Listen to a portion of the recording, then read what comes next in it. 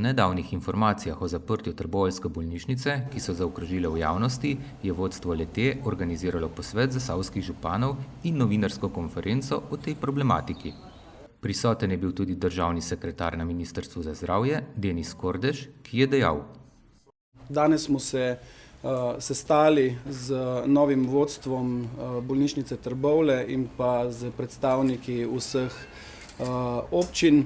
Mislim, da je bil sestanek izjemno konstruktiven in pa predvsem smo ga zaključili v pozitivni noti. Kot prvo bi rad res poudaril to, kar smo komunicirali že v preteklosti.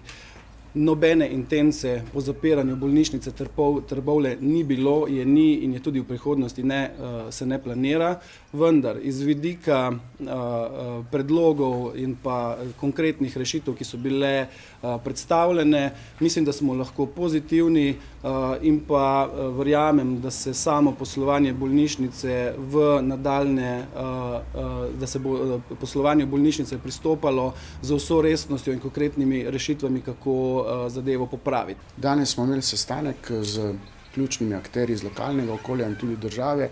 Mene zelo veseli, da je do tega sestanka prišlo.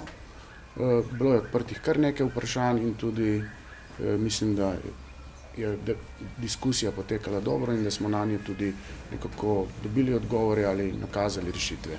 Stanje, ki sem ga prevzel, pa ni najboljše oziroma ni dobro. Bolnica ima kar visoko izgubo. O prevzemu nekje v višini 2,5 milijona evrov. Na letnem nivoju je to med 3 in 3,5 milijona evrov, ker bo v zadnjem obdobju je manj dopustov in pač večja realizacija. Zelo slabo je pa tudi likvidnostno stanje, ker plačujemo v bistvu trenutno račune srede aprila in bo tu potrebno kmalu sprejeti kakšne ukrepe, da se stanje izboljša. Bolnišnica deluje dobro, kar se tiče realizacije programa, tu lahko pohvalim svoje sodelavce. Mislim, da do konca leta bomo na vseh segmentih realizirali začrtan program.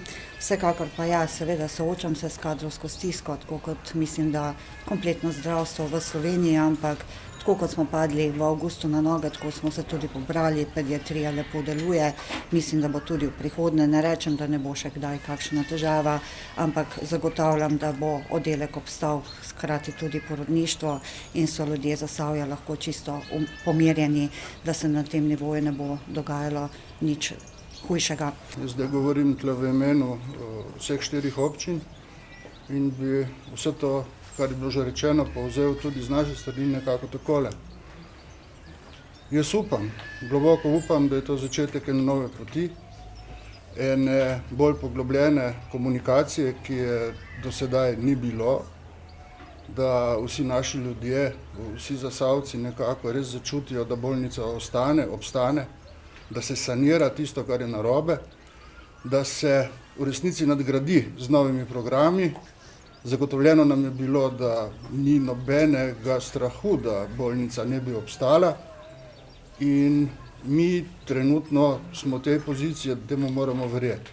Zdaj mi si, oziroma jaz si želim, pa tudi boril se bom za to, da v letu dni pridemo z izgubo na nulo. Seveda je pa pot dolga oziroma naporna, ni odvisna samo niti od mene, niti ne samo od bolnišnice, ampak se bomo zavzemali in borili za to, da bi v letu dni prišli na pozitivno nulo.